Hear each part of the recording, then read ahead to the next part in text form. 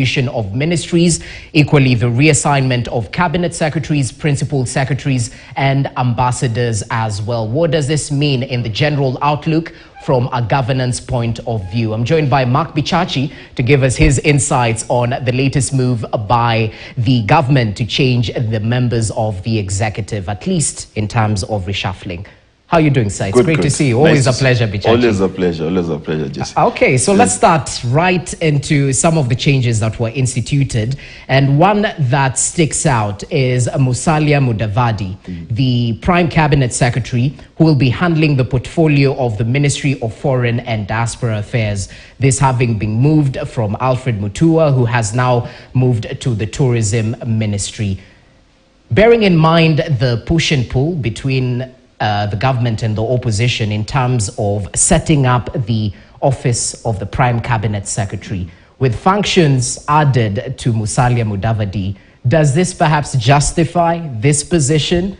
Well, it makes the position more palatable to Kenyans in the sense that there is an expanded role for him. There is a particular docket that he's handling. But also it does raise confusion somewhat, because what Kenyans were interested in and knew last was that the Prime CS was principally the coordinator of cabinet on behalf of the president and his deputy. For example, Matiang'i used to be in charge of the ministries and delivery and things like that. Now, giving the Prime CS a docket that is specific in terms of external relations of the country does somehow move the Prime CS from the center of government. He's no longer fully paying his attention in terms of overseeing all the ministries, but he's now been given a specific ministry. So it remains to be seen what exactly this portends.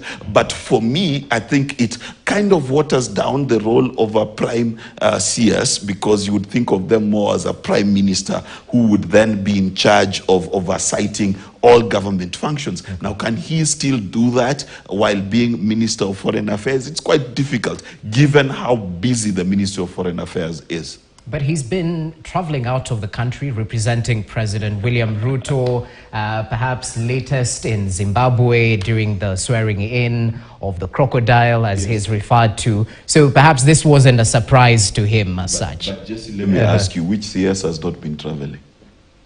By their own admission, right? They've all been traveling. Yes. The issue is, the only thing that gives me some sort of reprieve is that Musalia Mudavadi is an experienced hand in terms of government and running ministries. Unfortunately, Alfred Mutua was not, and I think that is why he has been redeployed to a different ministry, because foreign affairs, if you look at the hierarchy of the United States, the Secretary of State, who's now comparable to foreign affairs, is a very important position in the United States. Similarly, in Kenya, foreign affairs is a very important docket. Let's talk about an individual who's currently trending, I think, at #1 right now, Moses Kuria, yes, who has actually moved to the Ministry of Public Service, Performance and Delivery Management.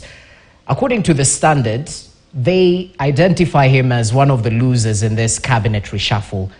Unfortunately, or fortunately, no one has lost their job, fortunately. Yes. So why would he be termed as a loser in this reshuffle? Well, because of a bit of his own history, and also how dockets work in this country. So in terms of a bit of his own history, is that he's been the CS who's been foremost in the media and talking about what he's doing. And he's also been the CS with the most fights with the media, and also in terms of social media, and getting himself in trouble by sticking his foot in his mouth, essentially. So what many Kenyans will see is this is sort of a whip on his back to try and tame him, simply because when it comes to performance management, it comes to civil service and leading it, there is very little for him to talk about, right? He's not going to be launching projects, he's not going to be at the forefront of the conversation, but also in terms of what that ministry is able to do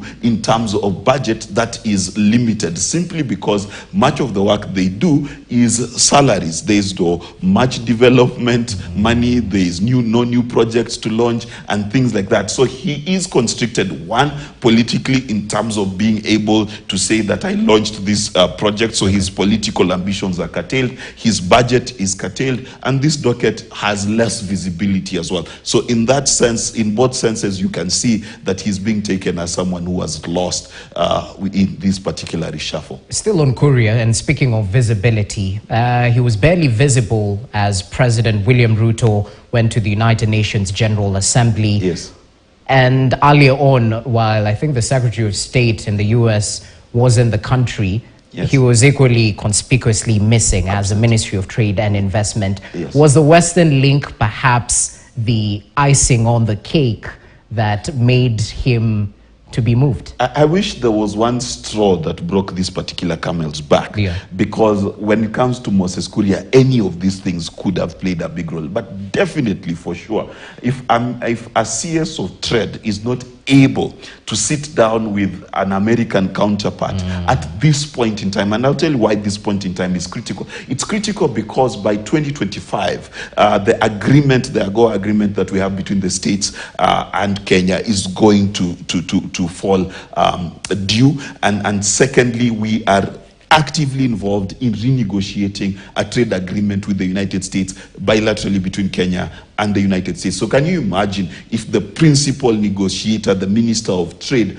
is not able even to set foot in the United States and meet any serious official in the United States? That is a big issue. It is immeasurably embarrassing for the country. So definitely it plays a very big role, and also it is also critical for us because this trade agreement we're going to make with the United States is either going to make or break this country. Okay.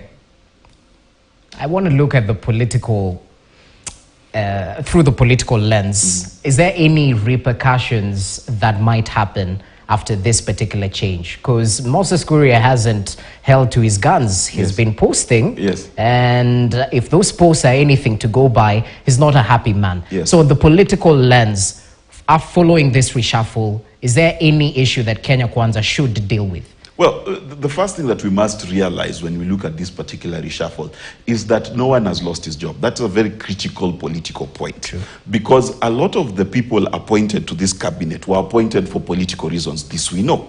And since we know they were appointed for political reasons, keeping them within the fold then satisfies the political question. So William Ruto is safe from the ire of Moses Kuria because Moses Kuria still cannot go out there and campaign against him. He cannot rile his supporters against him. In fact, even what Moses Kuria is tweeting about is mostly aimed at the deputy, telling you that what is going to be the repercussion is going to be the continual upheaval and tensions within the Mount Kenya wing of UDA. Okay.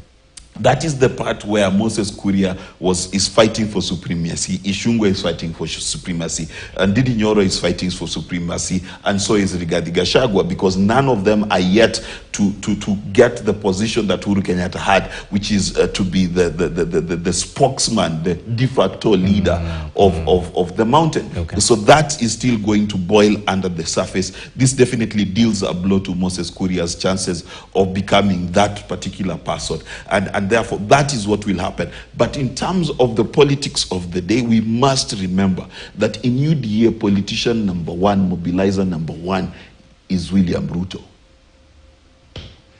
Simple as that. Okay, okay, interesting. And one of the other cabinet secretaries from Mount Kenya, Alice Wahome, has been shifted to the Ministry of Lands, Public Works, Housing and Urban Development, previously holding the Ministry of Water.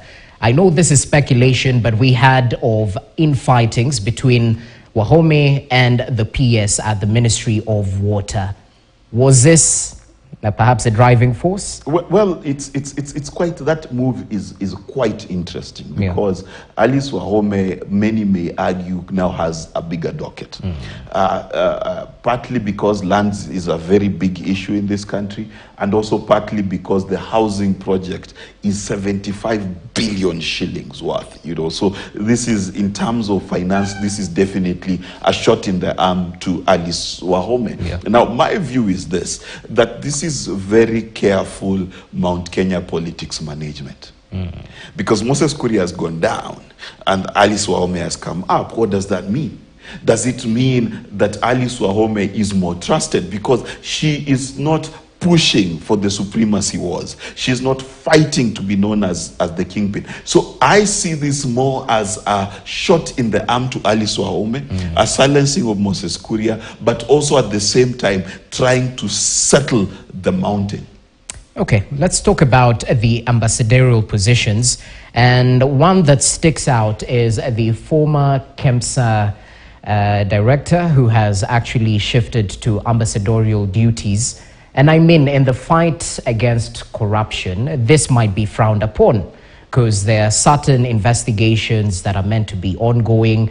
And by law, at least you should step aside as investigations continue. Once they're concluded and you're cleared, then you can assume a government position thereafter. But following the appointment, does this take us back in terms of the fight against corruption? Well, what do you say about this? Let me just make a quick quip. Huh? Okay. Did you notice that it says Brussels, Germany in one of the appointments?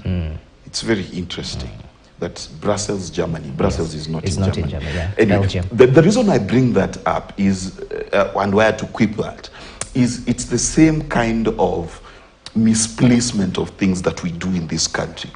And something that UDA has done quite a bit. They said that the allotment of land to the WHO in KU was a mistake. They campaigned against it. Even when they got into office, they spoke about it. Then yesterday, total about face, it's the right thing, let's do it. They used to complain that Uhuru Kenyatta was using the army to do things. About face, they're using the army to do things. The thing about UDA and why this particular appointment does not surprise me at all is that UDA has this unique ability to backtrack on what they said and what they mean in a matter of seconds. They have no issue shifting goalposts. So for me, I think her firing was never about the fight against corruption. I think her firing was about taming the greed and ambitions of certain people and telling them, listen, it goes one way. What goes one way, I'll not define. But that was about taming the greed and ambitions of other people and telling them this greed and ambitions can only be allowed in a certain way by certain people. Okay, Pichachi, thanks for your input. It's always a pleasure. Of course, there's so